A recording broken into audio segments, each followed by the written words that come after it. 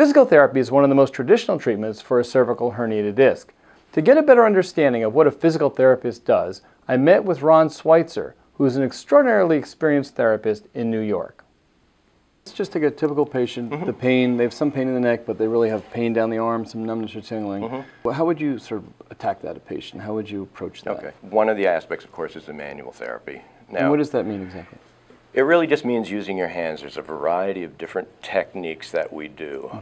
For example, most of these people will have muscle spasm. So with our hands, we can feel the muscle spasm, which means we're going to use our hands to treat it, which may be a deep trigger point massage technique. There may be some other tissue manipulation, a massage type of approach that we use to it. We will also use manual distraction, where we will cradle their neck and gently pull, which is very often relieving, and that's a treatment technique, but that also may then direct us to mechanical traction, which we can talk about. And then we will also want to mobilize the neck, because when the person's been in muscle spasm for so long, their neck is tight. They don't have the normal mobility. So by putting our hands on, we can produce different types of motions called we don't call it manipulation, we call it mobilization. It's a gentler approach that we can produce motions the patient can't produce themselves.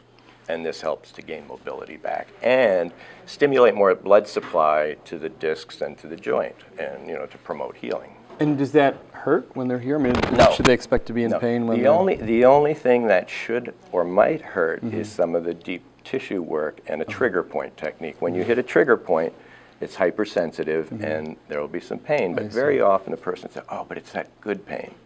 They want that tissue to be touched and manipulated because they feel, yeah, it needs something.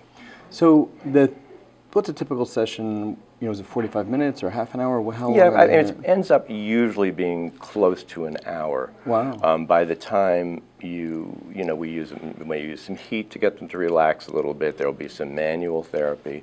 Again, if they're at an exercise phase, we go gently with exercise at first.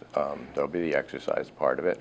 And then we may use another modality like electrical stimulation, or there's a few other things that we can talk about. So do you start off with the manual and then go to modalities? I personally do, because I want them to get used to the feel of my hands, and I want to get a feel of the tissue so I can reassess when they come back. Is this tighter or looser than it was before? So the bottom line of physical therapy is it's a great treatment and a great place to start when you have a cervical herniated disc. It encompasses exercises, education, and strengthening. So I completely endorse it and think that if you have a cervical herniated disc, it's a good place to start.